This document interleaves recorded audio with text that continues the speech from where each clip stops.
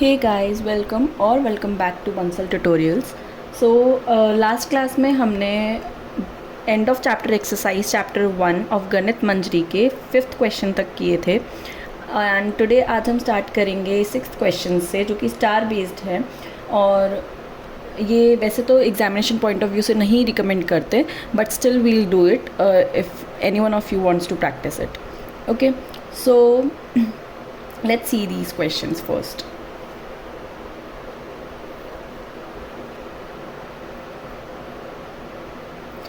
Sixth question में बोला है are the points m -3 -4 a 0 0 and g 6 8 on the same straight line. Suggest a method to check this without plotting and joining the points.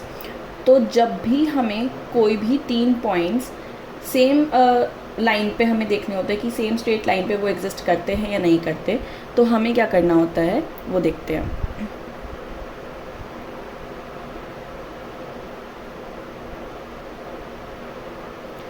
सबसे पहले हम एक Cartesian plane बनाएंगे। This is x axis. ये अगर एक 3 पॉइंट्स अगर एक लाइन पे करते हैं तो उन्हें हम बोलते हैं कोलिनियर पॉइंट्स। अगर हमें ये प्रूव करना है कि वो एक 3 स्ट्रेट लाइन पर पॉइंट लाई कर रहे हैं, तो हमें 2 का सम तीसरे के इक्वल प्रूव करना होगा। तो यहाँ पर m, a और g हमें गिवन है। तो m is -3 and -4, a is 0 0 and g is 6 8। अब हमें डिस्टेंस फार्मूला ऑलरेडी पता है, तो हम अगर ma निकालें, ag निकालें और mg निकालें और किसी भी 2 का सम तीसरे की इक्वल आएगा तो वो कोलिनियर प्रूव हो जाएंगे।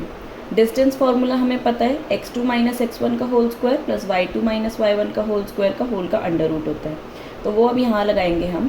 ma के पॉइंट्स देखेंगे तो 0 - -3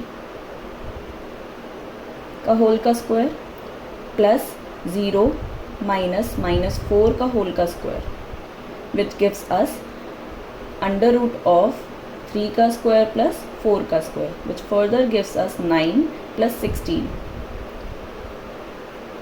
which is equals to under root of 25 and is further equals to 5 units. Then AG अगर हम निकालें तो under root of 6 - 0 का होल स्क्वायर प्लस 8 - 0 का whole square, which is equals to under root of 6 का square plus 8 का square, which is 36 + 64 under root of 100, which gives us 10 units. I hope this is clear. Now the third side is gm. Now gm is equals to under root of 6 - -3 का whole square plus 8 - -4 whole square is equals to under root of 6 + 3 whole square is 9 square and 8 + 4 whole square is 12 square, which is 81 + 144, which gives us 225, which is further equals to 15 units. Fine. So यहाँ पर हम देख सकते हैं 15 units is the sum of 5 units and 10 units, which is ma plus ag gives us gm. Correct? So these points are collinear and they lie on the same straight line.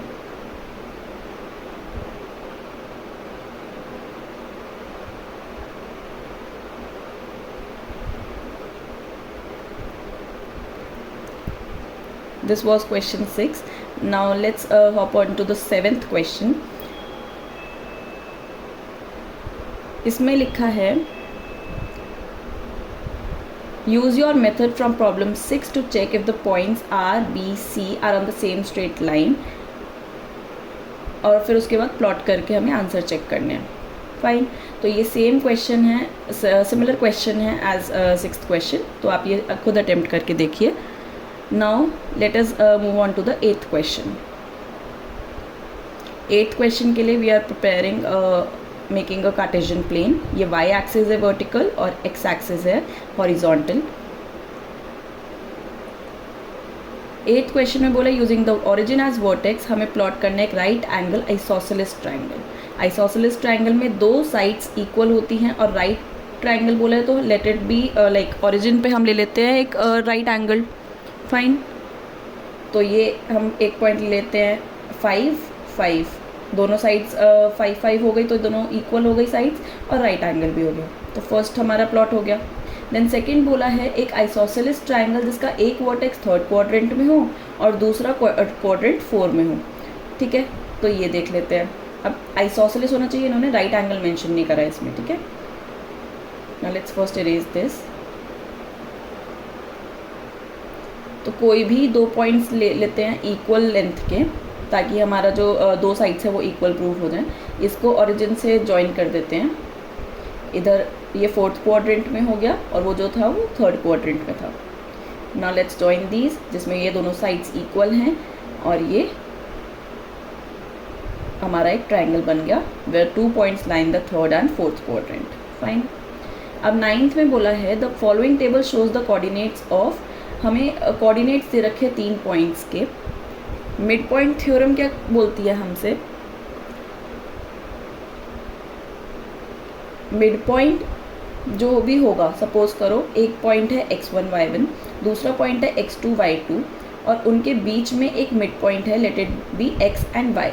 Fine, तो जो x point होगा वो equal होगा x1 plus y1/2 के और y point equal होगा y1 plus y2/2 के। ये होती है mid point theorem. Fine,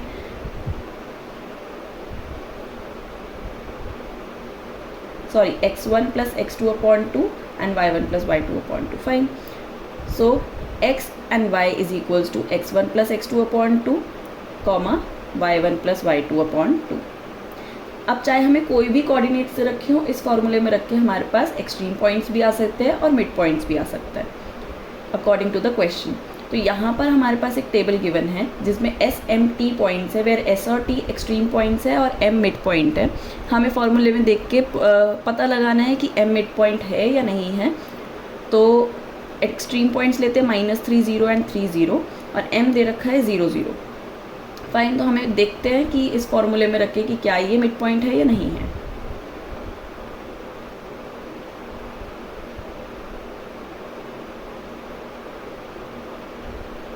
S being -3 0 and T being 3 0,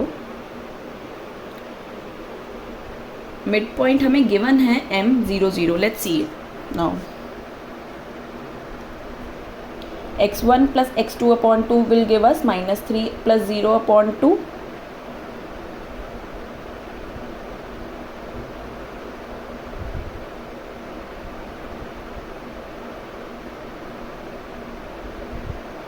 -3 plus 3/2 which is 0/2 is 0 and 0 plus 0/2 which is again 0. Fine.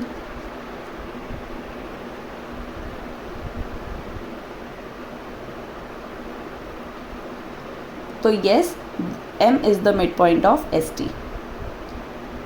Then second, third, fourth में भी हमसे यही पूछा है, या आप खुद ट्राई कर सकते हैं इस फॉर्मूले के थ्रू। Fine, then the 10th question says use the connection, wait,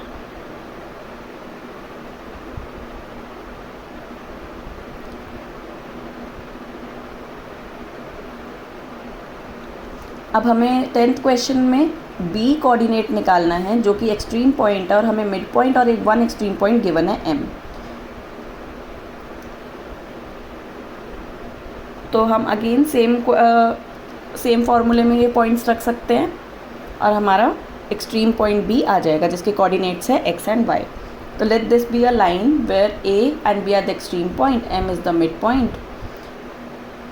A is given as -7 1 and b is given at xy because we have to find b, and midpoint m is given as, wait, a is given as 3 - 4 and midpoint is -7 1. Fine. Yes, so as per the midpoint theorem a और b का जो midpoint है वो m है, तो उसका coordinate is equals to x1 + x2/2 होना चाहिए और वाई का कोऑर्डिनेट इक्वल होना चाहिए y1 प्लस y2 अपॉन 2, तो हम डायरेक्टली इस फॉर्मूले में पुट कर सकते हैं। अब x1 हमारे पास है 3 और x2 है x, तो इसका जब हम फॉर्मूले में पुट करेंगे y1 है -4 और y plus y upon 2, x and y हमें निकालने हैं। तो -7 अगर हम कंपेयर करें दोनों साइड तो -7 इक्वल होगा एब्सिसा से 3 प्लस एक्स अपॉन 2 से। -7 is equals to 3 plus x upon 2 and 1 is equals to -4 plus y upon 2। Fine, तो ये हो जाएगा -14 is equals to 3 plus x and 2 is equals to -4 plus y. Y की value आ जाएगी 6 और x की वैल्यू आ जाएगी -17। तो जो b के कोऑर्डिनेट हैं वो आ जाएंगे -17 and 6। I hope this is very clear. So this was question 10th of and of chapter exercise of chapter 1। Fine, बाकी के जो क्वेश्चंस हैं वो हम नेक्स्ट वीडियो में करेंगे। एंड अगर आपको वीडियो अच्छी लगी तो please share it with your classmates and your friends and let me know if you have any doubt. I have my channel on Instagram which by the name Bansal Tutorials _25. You can reach out to me there and also comment below on this video